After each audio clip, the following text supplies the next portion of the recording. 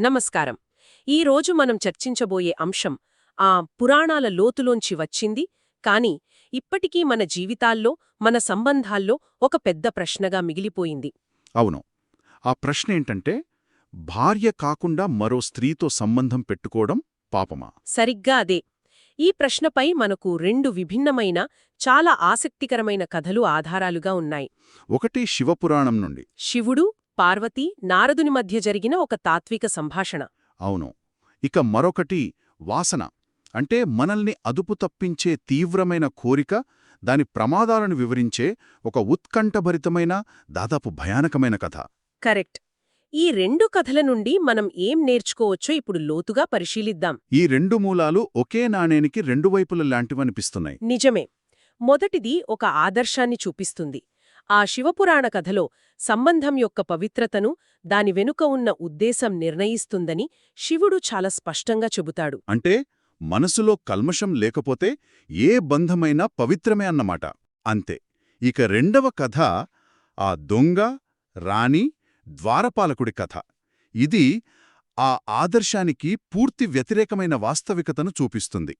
మన ఉద్దేశాలు ఎంత స్వచ్ఛంగా మొదలైనా తీవ్రమైన కోరిక అంటే వాసన మనిషి వివేకాన్ని ఎలా హైజాక్ చేస్తుందో చెప్తుంది. అవును, అది మనల్ని ఎంతటి ఘోరాలకైనా పాల్పడేలా చేస్తుందని కళ్లకు కట్టినట్లు వివరిస్తుంది. ఈ రెండింటిని పూల్చి చూస్తేనే మనకు పూర్తి చిత్రం అర్థమవుతుంది. సరే, అయితే ఆదర్శంతోనే మొదలుపెడదాం. శివపురాణంలోని కథ. నారద మహర్షి కైలాసానికొస్తాడు కదా. అవును, వచ్చి భూలోకంలో మానవులు ఒక విషయంలో తీవ్రంగా తలలు పట్టుకుంటున్నారని శివుడితో చెప్తాడు. ఆ ప్రశ్న అదే, ప్రభూ, భార్య కాకుండా మరో స్త్రీతో బంధం ఎప్పుడు పాపం, ఎప్పుడు కాదు అని. దీనివల్ల కుటుంబాల్లో గొడవలు, సమాజంలో గందరగోళం నెలకొందని వివరిస్తాడు. ఇక్కడ శివుని సమాధానం చాలా లోతైంది. ఆయన పాపాన్ని చర్యతో ముడిపెట్టలేదు, ఉద్దేశంతో ముడిపెట్టాడు. సరిగ్గా. పాపానికి కారణం సంబంధం కాదు, దాని వెనుక ఉన్న ఆలోచన అని స్పష్టం చేస్తాడు.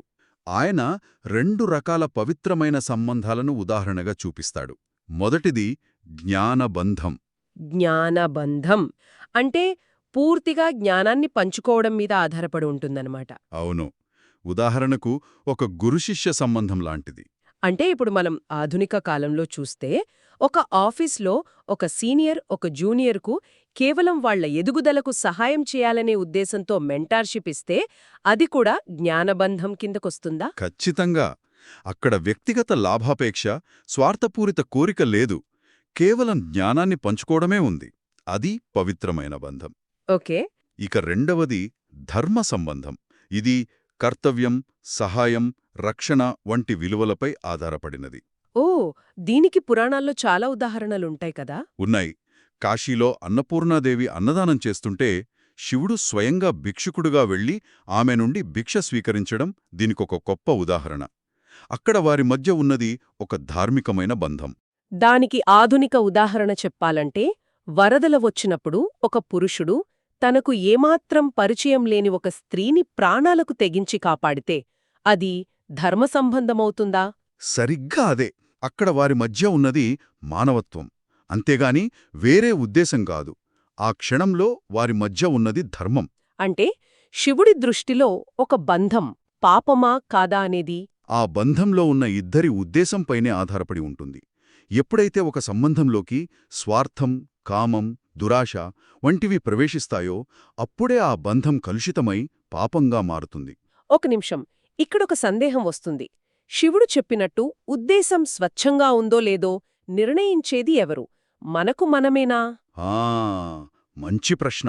ఎందుకంటే మనసు చాలాసార్లు మనల్ని మనమే మోసం చేసుకునేలా చేస్తుంది కదా. నా ఉద్దేశం మంచిదే అని మనం అనుకోవచ్చు, కాని లోపల ఎక్కడో స్వార్థం దాగి ఉండొచ్చు. ఇది చాలా ముఖ్యమైన ప్రశ్న. దీనికి సమాధానంగానే సుమంత్ అనే భక్తుడి కథ చెబుతారు. అతను చాలా పేదవాడు. అతనికొక వృద్ధురాలు ఆధ్యాత్మిక జ్ఞానాన్ని బోధిస్తుంది. ఓకే. అతను ఆమెను గురువుగా స్వీకరించి తల్లిలా భావించి సేవ చేస్తాడు.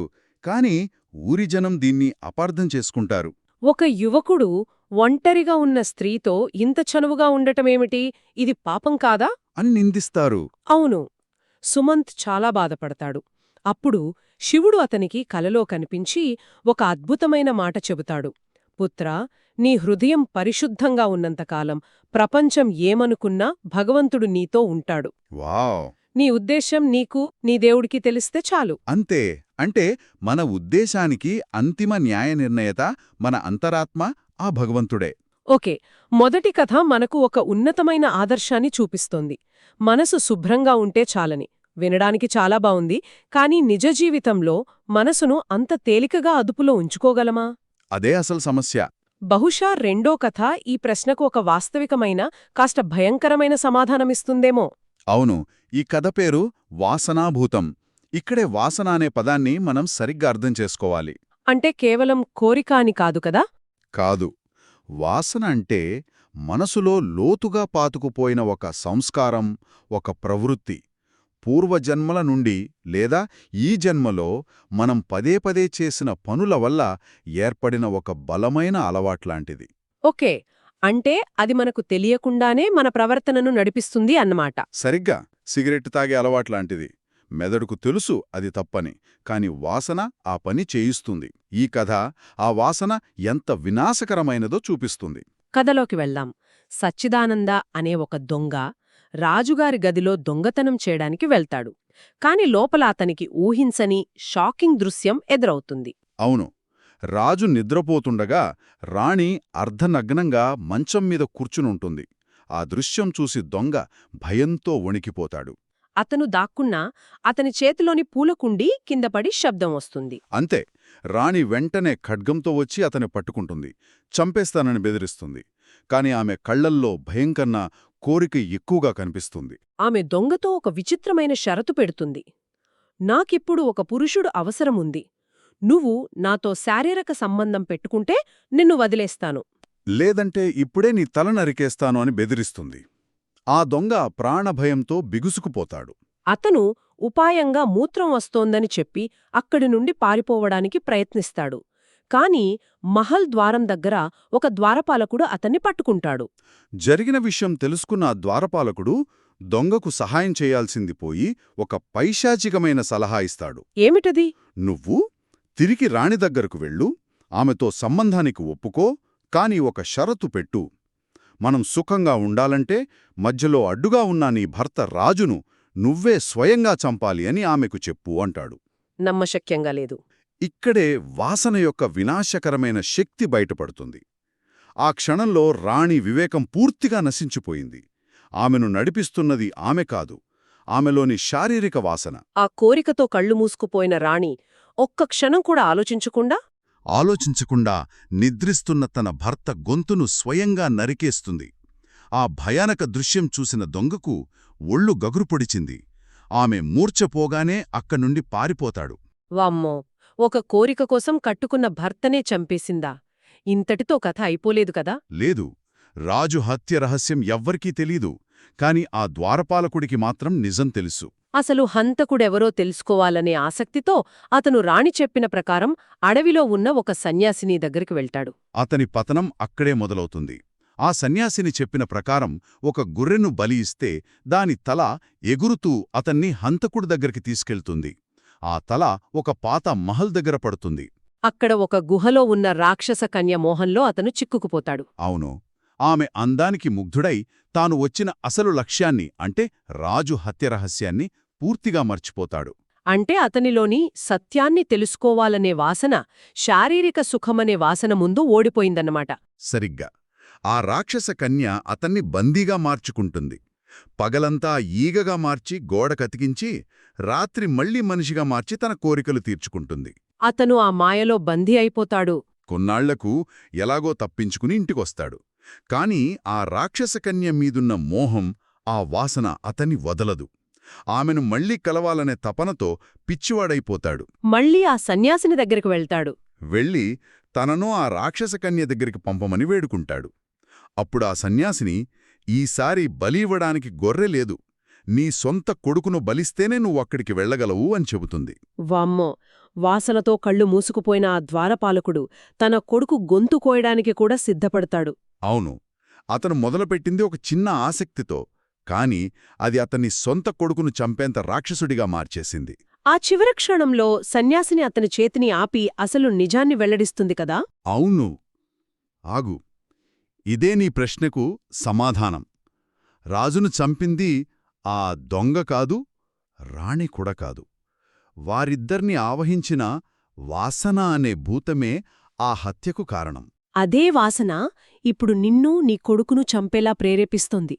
ఈ మాటలతో కోరిక అనేది ఎంత శక్తివంతమైనదో, అది మన వివేకాన్ని ఎలా నాశనం చేస్తుందో స్పష్టమవుతుంది. ఈ కథ వింటుంటే ఒళ్ళు జలధరిస్తోంది. ఇప్పుడు ఈ 2 కథలను పక్కపక్కన పెట్టి చూద్దాం. మొదటి కథ ఉద్దేశం శుభ్రంగా ఉంటే ఏ బంధమూ పాపం కాదని ఒక ఆదర్శవంతమైన చిత్రాన్ని చూపిస్తే, రెండవ కథ మానవ ఉద్దేశాలు వాసన అనే కోరిక చేతిలో ఎంత తేలికగా నాశనమైపోతాయో, ఎంత ప్రమాదకరమో హెచ్చరిస్తోంది. ఈ రెండింటినీ ఎలా సమన్వయం చేసుకోవాలి? వాటిని సమన్వయం చేయడంలోనే అసలైన జ్ఞానముంది. మొదటి కథ ఒక లక్ష్యాన్ని నిర్దేశిస్తే, రెండవ కథ ఆ లక్ష్యాన్ని చేరుకోవడంలో మనిషికి ఎదురయ్యే అతిపెద్ద ఆచరణాత్మక అడ్డంకి అయిన వాసనను కళ్లకు కడుతుంది. అందుకేనేమో రెండవ కథలో శివుడు పార్వతికి కొన్ని హెచ్చరికలిస్తాడు. అవును. ఆయన 3 రకాల స్త్రీలను ఎన్నటికీ నమ్మవద్దని సలహా ఇస్తాడు. ఎందుకంటే వారి స్వభావం, వారి వాసనలు ఇతరులను ప్రమాదంలోకి నెట్టే అవకాశం ఉంటుంది. ఆ 3 రకాల స్త్రీలు ఎవరు? ఇది కొంచెం వివాదాస్పదంగా అనిపిస్తోంది. అవును. ఇక్కడ మనం గమనించాల్సింది ఆ కాలం నాటి సామాజిక సందర్భం మరియు కథ యొక్క అంతరార్థం. శివుడు చెప్పిన లక్షణాలు: మొదటిది అబద్ధం చెప్పే స్త్రీ, ఓకే. రెండవది స్వార్థం, లోభం ఉన్న స్త్రీ, ఇక మూడవది నిష్ఠలేని స్త్రీ, అంటే విశ్వాసఘాతకురాలు. అయితే ఈ లక్షణాలు ఏ ఒక్క జెండర్కు పరిమితం కాదు కదా? ఖచ్చితంగా కాదు. ఏ సంబంధంలోనైనా స్త్రీ అయినా పురుషుడైనా పదే పదే అబద్ధాలు చెప్పడం, స్వార్థంతో ప్రవర్తించడం, నమ్మక ద్రోహం చేయడం వంటి లక్షణాలు ఉంటే ఆ బంధం ప్రమాదకరమని, అది మనల్ని నాశనం వైపు నడిపిస్తుందని దాని సారాంశం. అంటే మొదటి కథ చెప్పిన స్వచ్ఛమైన ఉద్దేశ్యం అనే ఆదర్శాన్ని ఈ 3 లక్షణాలు నాశనం చేస్తాయని ఒక హెచ్చరిక అన్నమాట. సరిగ్గా. సరే, ఇంతకీ వివాహేతర సంబంధం పాపం కాదని చెప్పే ఏదైనా ప్రత్యేక పరిస్థితిని మన ఆధారాలు ప్రస్తావించాయా? ఎందుకంటే ఈ ప్రశ్న చాలామందిని తొలిచేస్తూ ఉంటుంది. అవును. ఒకే ఒక్క ప్రత్యేక పరిస్థితిని రెండవ మూలం ప్రస్తావిస్తుంది. భార్యాభర్తలకు సంతానం కలగని పక్షంలో ఓకే. కేవలం వంశాన్ని వృద్ధి చేయడం, అంటే వంశవృద్ధి అనే ధార్మిక ఉద్దేశంతో మరో స్త్రీతో సంబంధం పెట్టుకుంటే అది పాపంగా పరిగణించబడదని శాస్త్రాలు అంగీకరిస్తున్నాయని శివుడు వివరిస్తాడు. అంటే ఇక్కడ కూడా మనం గమనించాల్సింది ఉద్దేశం. అవును. ఆ సంబంధం వెనుక ఉన్నది కామం కాదు, కేవలం ధర్మాచరణ. ఇది మళ్ళీ మొదటి కథలోని ఉద్దేశం యొక్క ప్రాముఖ్యత అనే అంశానికే మనల్ని తీసుకొస్తుంది. అయితే ఇది ఈ రోజుల్లో కూడా వర్తిస్తుందని చెప్పగలమా? ఎందుకంటే ఇప్పుడు మనకు దత్తత, ఐవీఎఫ్ వంటి ఎన్నో శాస్త్రీయ మార్గాలున్నాయి. ఆ కాలంలో ఉన్న ధర్మాన్ని ఈ కాలానికి గుడ్డిగా అన్వయించుకోవడం సరైనదేనా? ఇది చాలా మంచి ప్రశ్న. పురాణాలను మనం అక్షరాలా కాకుండా వాటిలోని సారాన్ని గ్రహించాలి. ఆ నియమం వెనుక ఉన్న సూత్రం ఉద్దేశం. ఆ రోజుల్లో వంశవృద్ధి అనేది ఒక ముఖ్యమైన ధర్మంగా భావించారు. ఈ రోజుల్లో ఆ ధర్మాన్ని నిర్వర్తించడానికి ఎన్నో మార్గాలున్నాయి. కాబట్టి ఆనాటి పరిష్కారాన్ని కాకుండా దాని వెనుక ఉన్న ధార్మిక ఉద్దేశం అనే సూత్రాన్ని మనం స్వీకరించాలి. ఏ బంధంలోనైనా ఉద్దేశం స్వార్థరహితంగా, ధర్మబద్ధంగా ఉందా లేదా అన్నదే అసలైన కొలమానం. కరెక్ట్. ముగింపుగా చెప్పాలంటే ఈరోజు మనం చూసిన కథలు సంబంధాల విషయంలో ఒక స్పష్టమైన ద్వంద్వాన్ని మన ముందుంచాయి. ఒకవైపు పవిత్రమైన ఉద్దేశమనే ఆదర్శం, మరోవైపు ఆ ఉద్దేశాన్ని నాశనం చేయగల వినాశనకరమైన వాసన అనే కఠిన వాస్తవికత. ఇక్కడ వాసన అంటే కేవలం శారీరక కోరికని మాత్రమే కాదు కదా? కానే కాదు. అది మనల్ని అదుపు చేసే ప్రతి ప్రవృత్తి.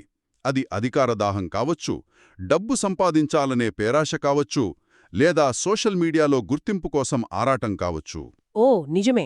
ఈ కథ మనకు చెప్పేదేంటంటే, ఈ వాసనలు మన వివేకాన్ని హైజాక్ చేసినప్పుడు మనం తీసుకునే నిర్ణయాలు మనవి కావు, వాటివి. ఆ ద్వారపాలకుడు తన కొడుకును చంపాలనుకోవడం అతని నిర్ణయం కాదు, అతనిలోని వాసన తీసుకున్న నిర్ణయం.